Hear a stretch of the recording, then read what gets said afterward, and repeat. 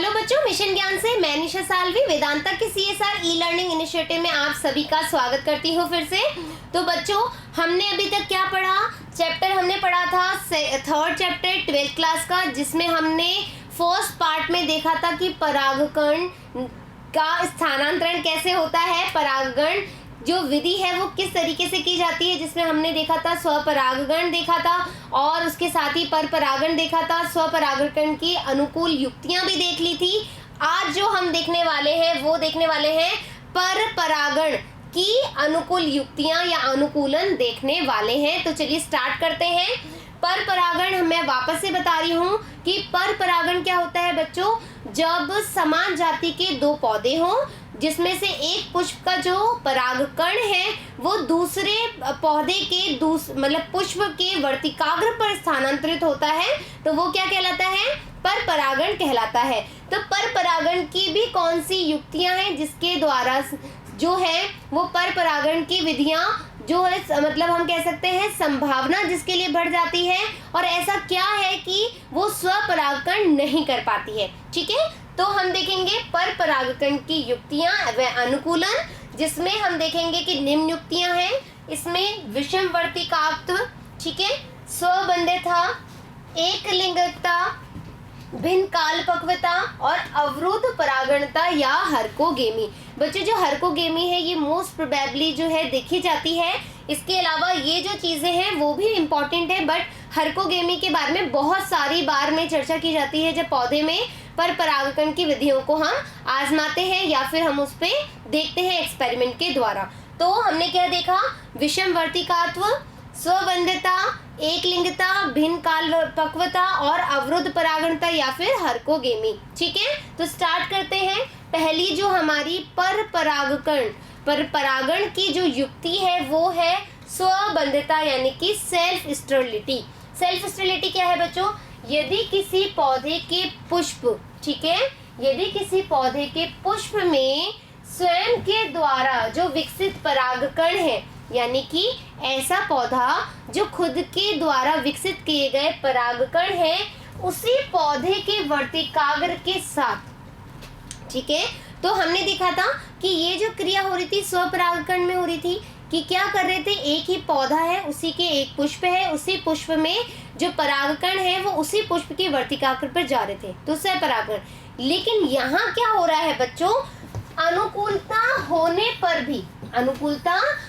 पर भी अंकुरण नहीं हो रहा है, यानी कि पुष्प भी है, परागकण भी है, वर्तिकाग्र भी है, लेकिन अनुकूल परिस्थिति होने पर भी वो आपस में क्या नहीं कर रहे हैं? अंकुरण नहीं हो रहा है उसमें। तो अंकुरण नहीं होगा तो निषेचन की क्रिया ही नहीं होगी। निषेचन की क्रिया नहीं होगी तो हमें क्या करवाना पड़ेगा? दूसरे पौधे के पुष्प के साथ में परपरागण की क्रिया करवानी पड़ेगी। क्यों? क्योंकि यहाँ पर स्वपरागकण संभव ही नहीं है। आया समझ में? तो इस तरह से हमने क्या बोला? यदि किसी पौधे के पुष्प में स्वयं के द्वारा विकसित परागकण उसी पौधे के वर्तिकाग्र के साथ में अनुकूलता होने पर भी अंकुरण नहीं कर पा रहे, निषेचन की क्रिया नहीं कर पा रहे हैं, तो उससे हम क्या बोल रहे हैं? स्वबंधितता यानी कि सेल्फ स्टेरिलिटी, यानी उसमें निषेचन की क्रिया हो ही नहीं पा रही है। तो उसके उदाहरण क्या है बच्चों? राखी बेल, अंगूर और पिटूनिया। क्लियर है कहानी? अब हमारा जो नेक्स्ट है वो है एक लिंगता यानी कि यूनिसेक्सुअलिटी और डिक्लाइनिंग। ठीक है, डिक्लाइन करना यानी कि क्रॉस जो हो रहा है, निषेचन की जो क्रिया आ रही है उसको रोकना। कैसे? एक लिंगता वाले जो पुष्प है बच्चों, उनमें क्या होता है? परागकण होता है। ठीक है, क्योंकि इनके जो पुष्प में जो नर एवं मादा है वो दोनों में से एक ही जनन अंग होता है, यानी कि जब एक लिंगता होगी तो जैसे हम बात कर रहे थे इतनी देर से हमने बात करी कि जो पुष्प है उसमें दोनों भाग होते हैं, जैसे जायांग भी है और पुमंग भी है। ठीक है, लेकिन जब एक लिंगी पौधों की बात करें या एक लिंगी पुष्पों की हम बात कर रहे हैं तो वहां पर या तो जायांग होगा या फिर पुमंग होगा। तो अब बताओ, जब पुष्प में जायांग ही एक ही बार है या फिर पुमंग ही है तो वो किससे क्रॉस करेगा? तो यहाँ पर सिचुएशन क्या आएगी, दूसरे पौधे के पास जाना पड़ेगा निषेचन की क्रिया करने के लिए, तो यहाँ पर भी स्वपरागकण नहीं हो सकता। यही कारण है कि यहाँ पर परागण की क्रिया संभव होती है। क्लियर है कहानी? तो क्या बोल रहा है, क्योंकि यहाँ पर एक ही जनन अंग होता है, जैसे तुरही लौकी। यहाँ पर क्या हो रहा है, एक लिंगी पुष्प उत्पन्न होते हैं, एक लिंगी पुष्प यानी कि जिसमें एक ही जनन भाग होता है। इसमें परस्पर परागकण जो है सजात पुष्पी परागकण होता है और इसको स्वपरागकण का प्रकार भी मानते हैं। ठीक है बच्चों, भिन्न काल पक्वता क्या है, यानी कि अब भिन्न काल पक्वता जैसे हमने वहां पर पढ़ी थी स्वपरागकण में समकाल पक्वता, यानी कि एक ही समय पर परागकण भी क्या हो रहे थे, स्फुटित हो रहे थे और वर्तिकाग्र का भी विकास हो रहा था।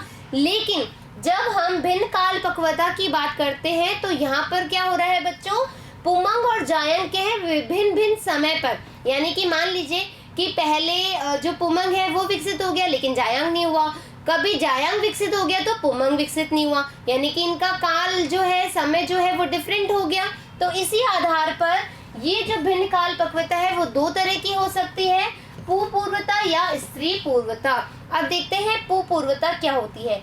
जब परागकोश जो है वो वर्तिकाग्र से पूर्व या पहले परिपक्व हो जाए, यानी कि जो नर जनन भाग है वो मादा जनन भाग से पहले विकसित हो जाए, तो ये जो क्रिया है बच्चों वो पूर्व पूर्वता कहलाती है। ये जो अवस्था है वो पूर्व पूर्वता कहलाती है।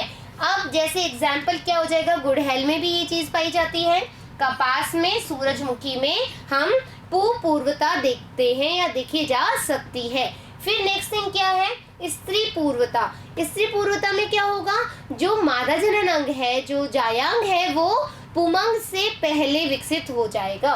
तो जब परागकोश से पहले वर्तिकाग्र परिपक्व हो जाए तो ऐसी स्थिति स्त्री पूर्वता कहलाएगी, जैसे ब्रैसिकेसी, रोजेसी कुल, चंपा और बरगद आदि। इन कुलों में हम देख सकते हैं, चंपा, बरगद आदि में हम ये स्त्री पूर्वता देख सकते हैं। फिर क्या है बच्चों, अवरुद्ध परागणता या हरकोगेमी।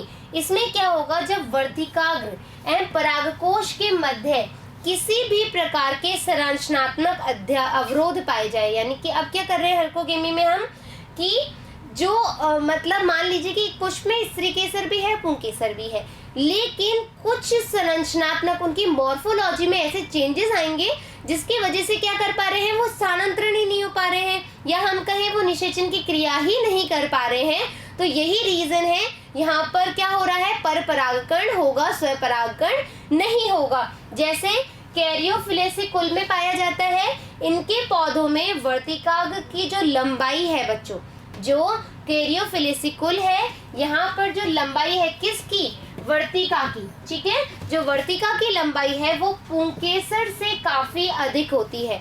तो मान लीजिए अब यहाँ पर क्या है, जो जायांग भाग है वो लंबा है, तो ये है हमारा परागकण, जो परागकण है। अब ये बताओ लंबे भाग पर किस तरीके से जाएंगे, पॉसिबिलिटीज नहीं है। तो यहाँ पर क्या हुआ, हमने बोला संरचनात्मक परिवर्तन के कारण यहाँ पर क्या हो रहा है, निषेचन की क्रिया नहीं करा पा रहे हैं। फिर हम बोल रहे हैं कलिहारी में जो परागकण है, स्फुटन के कारण परागकण दूर गिर जाते हैं। यहाँ पर जो परागकण स्फुटन हुआ, दूर गिर गए, तो इसकी वजह से क्या हो रहा है, वो स्वपरागकण ही नहीं हो पा रहा है। इसी कारण से क्या हुआ, वायु या किसी भी माध्यम से पर परागकण की क्रिया संपन्न हुई।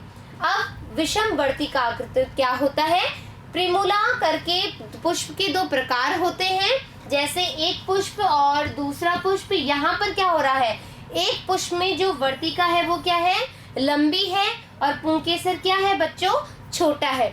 जब हम यहाँ पर क्या बोल रहे हैं, जो दूसरा पुष्प है उसकी जो वर्तिकाग्र है वो छोटी है और जो पुंकेसर है वो लंबा है, तो यहाँ पर स्वपरागकण हो ही नहीं सकता, तो यहाँ पर क्या होगा, परागकण होगा। तो इसी कारण स्वपरागकण यहाँ पर संभव नहीं हो पाता है। तो बच्चों अभी आज हमने पढ़ ली, पार्ट 1 में हमने देखा था स्वपरागकण के अनुकूलन की युक्तियां, और आज जो हमने देखी इस पार्ट में वो देखी पर परागण की अनुकूलन युक्तियां कि किस तरीके से पर परागण संभव हो पाता है।